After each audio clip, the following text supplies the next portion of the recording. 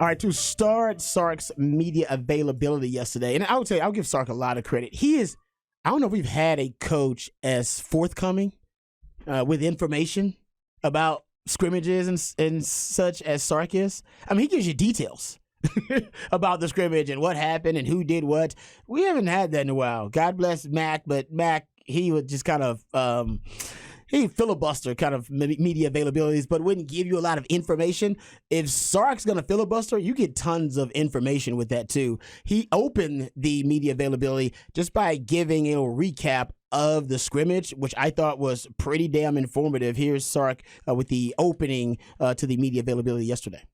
Yeah, I'll kind of recap the scrimmage in a little bit as it pertained to today's practice. So first of all, I thought it was a very good first scrimmage for us. It was highly competitive. One thing you always are concerned about going into a first scrimmage is tackling.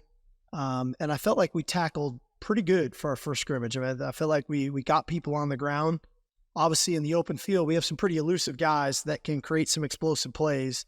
But it wasn't just an enormous amount of missed tackles. So I'm confident about that. To come out of that thing injury-free is always a positive for me. Like, last year we lost a couple of guys for the season in that first scrimmage. So that's always a concern. I think a couple things, critically that I talked to the team about. First is, we're in really good condition, right? Our guys can run, they're in great shape. But there's a difference in being able to run, and there's a difference in being in game shape.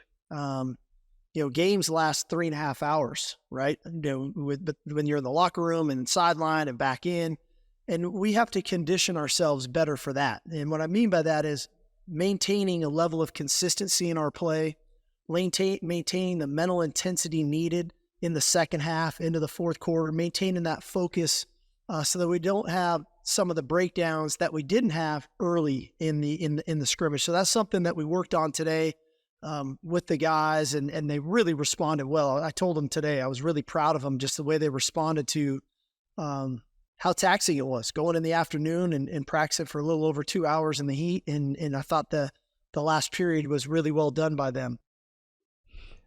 And he'll get into this a little bit later on too, but I do like that he talked about how he wants them to maintain the intensity and the focus all throughout practice. I think what he's hinting at is the fourth quarter.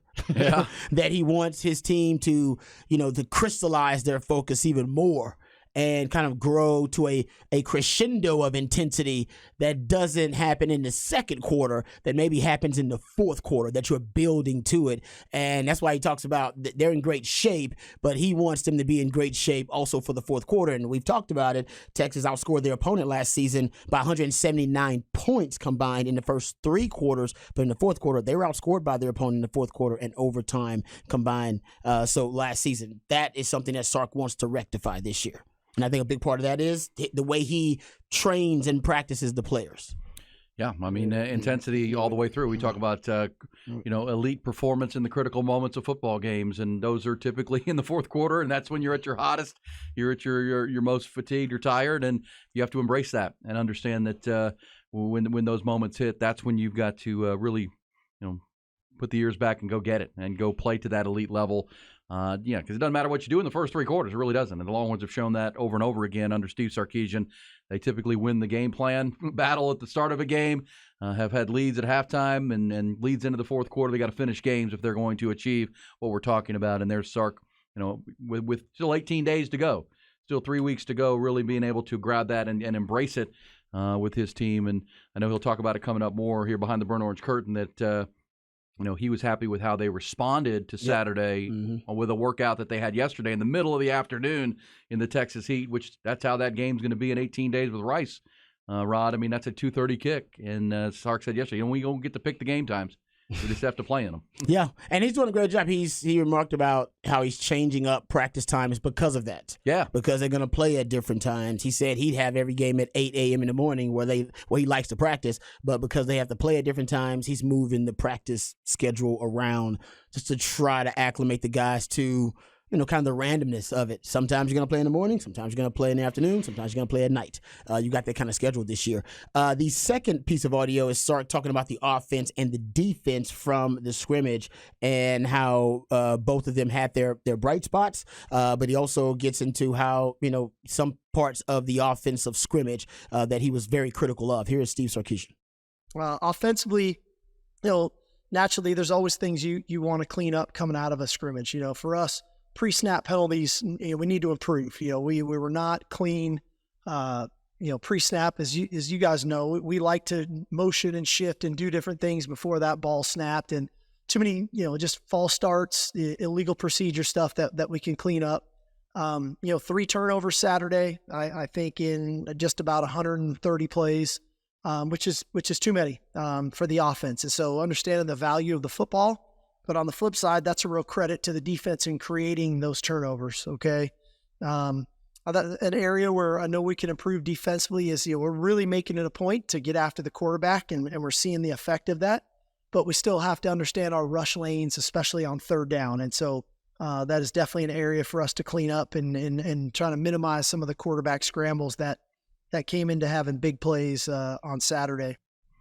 I think that rush lanes is that Arch Manning run we're talking about? I believe he is talking about Arch on that one. Later on, he gets into some detail about Arch's performance in the scrimmage, but I believe, the 55-plus yard run, I think he's talking about rush lanes. And by the way, going up against Alabama, they got 3 quarterbacks, and one of them, Jalen Milroe, can run. Yeah. He can run. I wouldn't doubt, even if one of the other quarterbacks for Bama wins the job, that Nick Saban wouldn't have some type of package, just as a change of pace, to throw in there with Jalen Milroe as a rushing threat at quarterback. Why wouldn't you? Well, a lot of people were asking yesterday, how does Arch Manning break off a 60-yard run?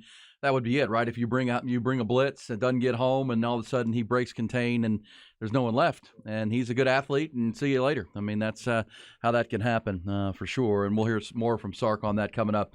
With Arch's performance and what that means to the backup quarterback job behind Quinn Ewers.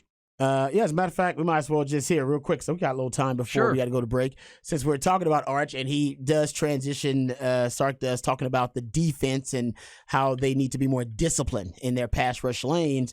I think one of the instances that he's discussing is that big Arch run. Here is Sark talking about Arch Manning's performance in the scrimmage this past weekend. A couple plays with his legs, had a third down scramble early in the scrimmage to an extended drive on a third and long, and then on another third and long, had a long touchdown run right down the middle, where, like, we're talking to the defense, we want to play more man coverage. We want to affect the quarterback, right? But when you do that and the defenders all have their backs turned guarding their man, and you get out of your rush lanes, an athletic guy like Arch can go split it. And he showed I think he hit 20 miles an hour, which was pretty impressive. He didn't even know he could go 20 miles an hour. So it was a nice play by him. Oh, Arch hit 20 MPHs? What? Rod, they never had speed limits when you were running. No, they didn't have speed. They basically have like the body. Been? Yeah, they have like these body monitors now, so they can get exact speeds of the players. So I definitely would have hit way faster than Arch Manning. I got Rod at 24. Nothing against Arch, but he's hitting 20 miles per hour. If he's hitting 20 miles per hour, Rod B probably would have been like 23, something like that. Easy. I'm upset that none of the DBs can catch him. Come on, man. I mean, remember Colt McCoy pulling away from the Aggies? Yeah, where's the speed? That year? We're like, damn, he pulled away from the Aggie DBs like that?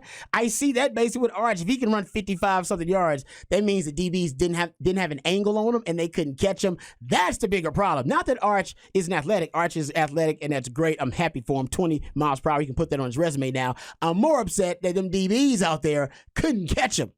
Well, and of course, come on now. We have our local view here on Austin's only local morning sports conversation on Rod B, where we know he's battling Malik Murphy for the backup. But I saw the New York Post version of this story. Oh, no. That says, oh, man, Arch Manning's incredible Texas scrimmage includes explosive touchdown run. He could be battling for the starting job. That's, of course, out of New York. By the way, speaking of Arch Manning. Uninformed. Yeah, well, it's the national narrative, and we've got the local. No, they did that for the spring game, too. Well, they want it to be a competition so bad. And it's like, that's for clicks. That's for clicks. And that is for clicks. Without a doubt.